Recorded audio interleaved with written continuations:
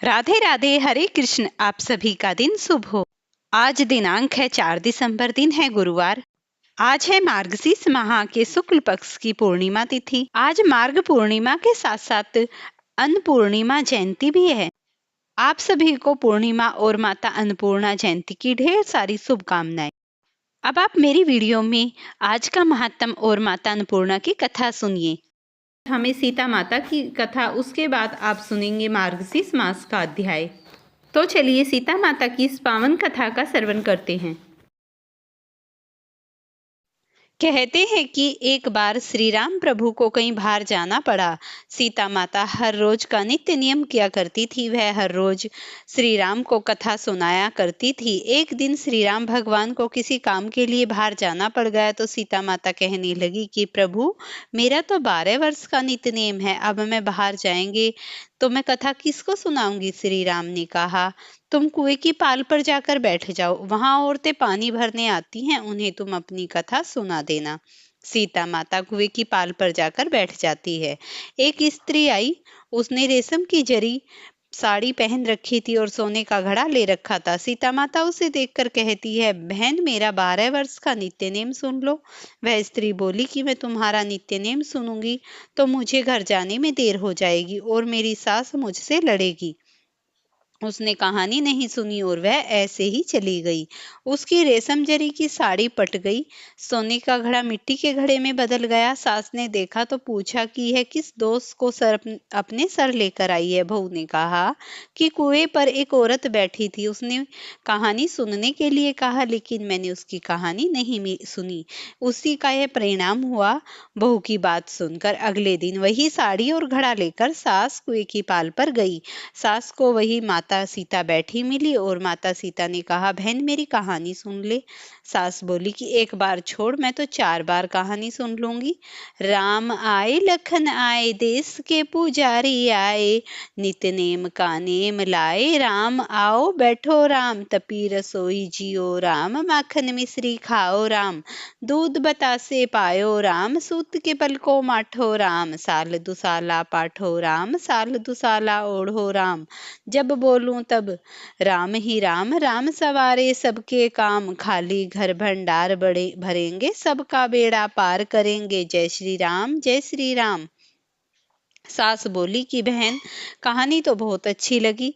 कहानी सुनकर सास चली गई और उसकी साड़ी फिर से जरी की बन गई, मिट्टी का घड़ा फिर से सोने के घड़े में बदल गया।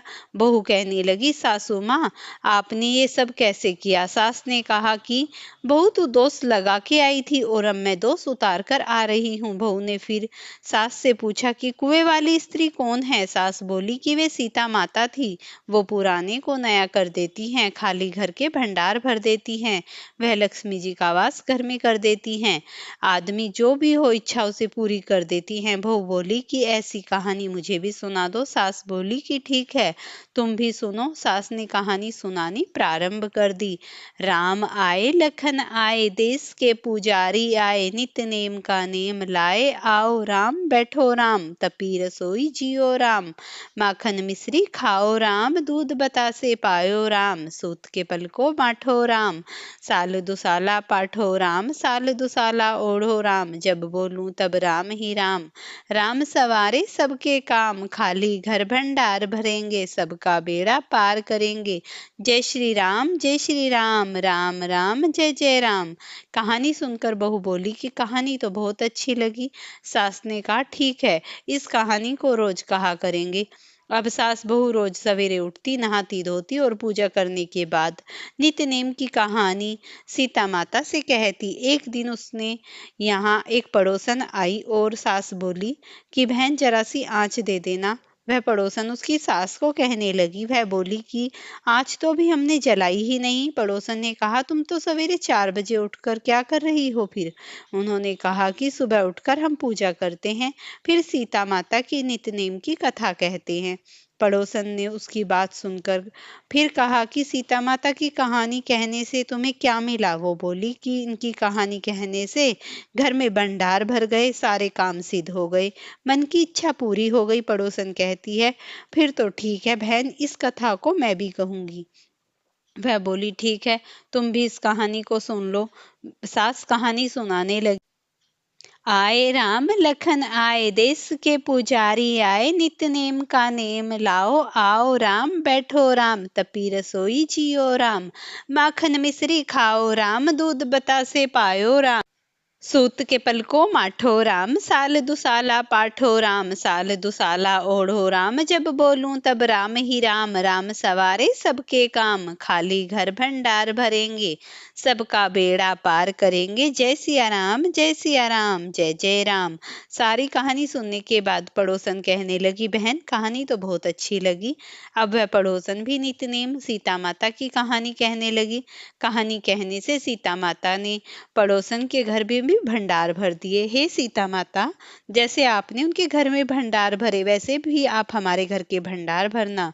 कहानी सुनने वाले और कहने वाले सबको सुखी जीवन देना, सबकी परेशानियां हरना और सबके जीवन में खुशहाली भर देना। प्रेम से बोलिए जानकी माता की जय। अब आप अन्नपूर्णा माता की कथा सुनिए। मां अन्नपूर्णा माता के महात्म की कथा। एक समय की बात है, काशी निवासी धनंजय की पत्नी का नाम सुलक्षणा था।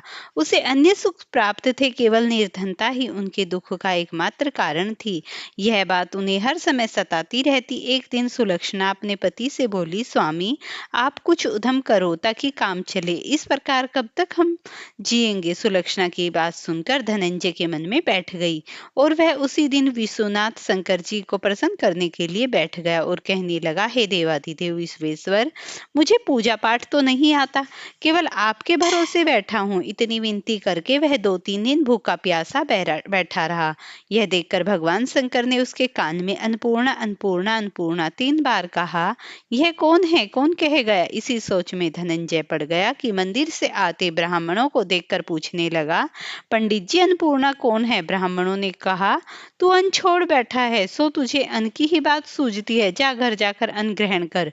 धनंजय घर गया, स्त्री से सारी बात कही। वह बोली, नाथ चिंता मत करो, स्वयं शंकर जी ने यह मंत्र दिया है, वे स्वयं ही खुलासा करेंगे, आप फिर जाकर उनकी आराधना करो।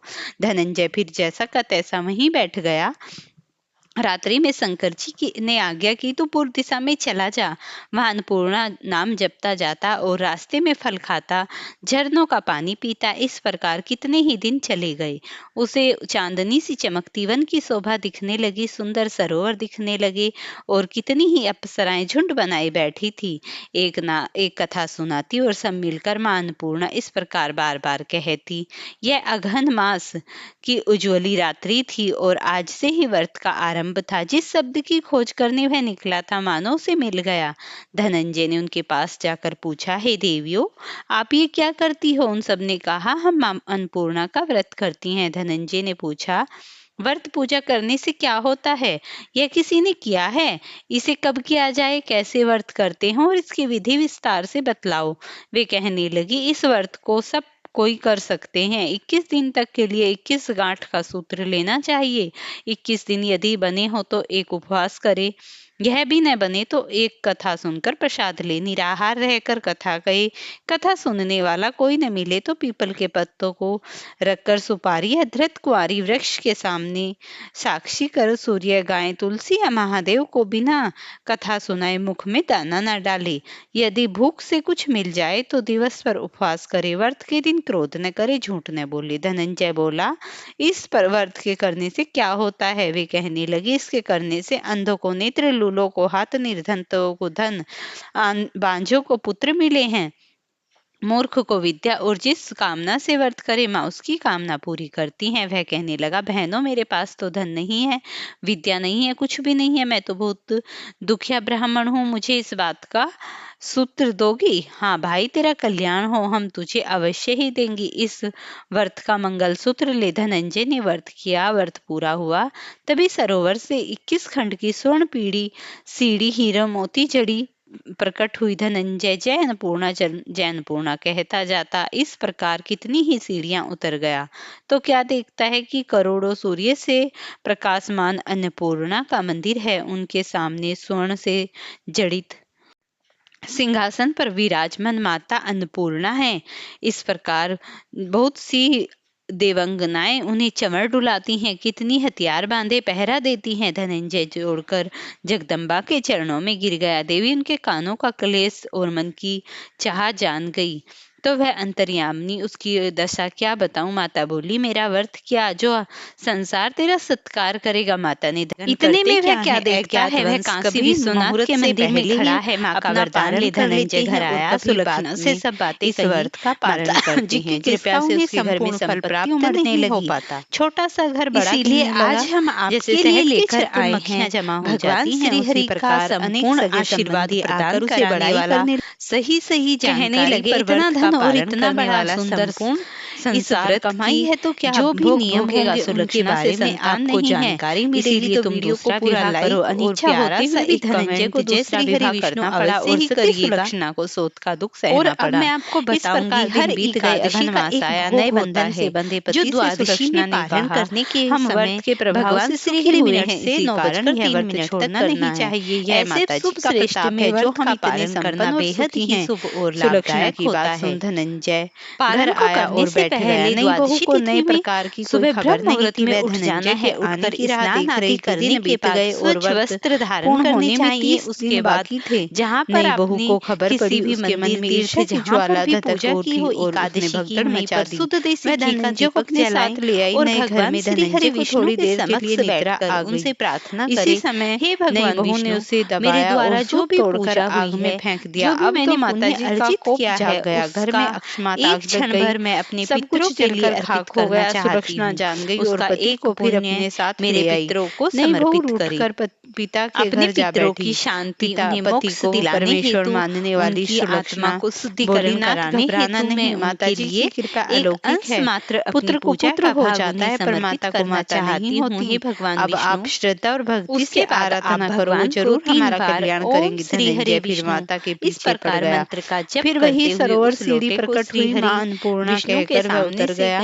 वहां जहाँ माता जी के चरणों में रुदन करने लगा। माता प्रसन्न हुई अपने पूजा घर में आकर भगवान मेरी स्वर्ण की मूर्ति ले उसकी पूजा कर तू तभी सुखी हो जाएगा। आप मेरे तुझे मेरा आशीर्वाद है। तेरी स्त्री सुलक्षणा अपनी श्रद्धा से मेरा व्रत किया, उसे मैंने पुत्र दिया। धनंजय ने आंखें भगवान से प्रार्थना करे, हे भगवान श्री हरि मंदिर में खड़ा पाया। इधर सुलक्षणा दरिद्रता दिन चढ़े और महीने पूरे होते ही पुत्र का जन्म हुआ। गांव में आश्चर्य की लहर दौड़ गई। उसके बाद भोग में जो भी आपने पंचामृत सेठ के पुत्र जो भी मौसमी फल उसने माता अन्नपूर्णा का मंदिर बनवाया। उसने माता जी की धूमधाम से पधारी। एकादशी के दिन आचार्य को बुलाकर जीविका के लिए मंदिर की दक्षिणा रहने के लिए बड़ा सा भवन दिया। धनंजय पुत्र माता स्त्री के साथ रहने लगा। माता जी नई बहू का घर डाका पड़ गया। सब लूट गया। वे भीख मांगकर खाने लगे। सुलक्षणा ने देखा और उसने उसे भी वहां बुला लिया और उसे रहने के लिए अलग घर और बहुत भगवान अनवस्त्र का भंडार दिया। धनंजय सुलक्षणा उसका पुत्र माता की कृपा से आनंद से रहने लगे। माता जी ने उनके घर के भंडार भर दिए। वैसे ही सबके भरना प्रेम से बोलिए अन्नपूर्णा माता की जय हो। प्रिय भक्त वीडियो पसंद आई हो तो इसे लाइक शेयर करना। बोलिए श्री हरि विष्णु भगवान की जय हो।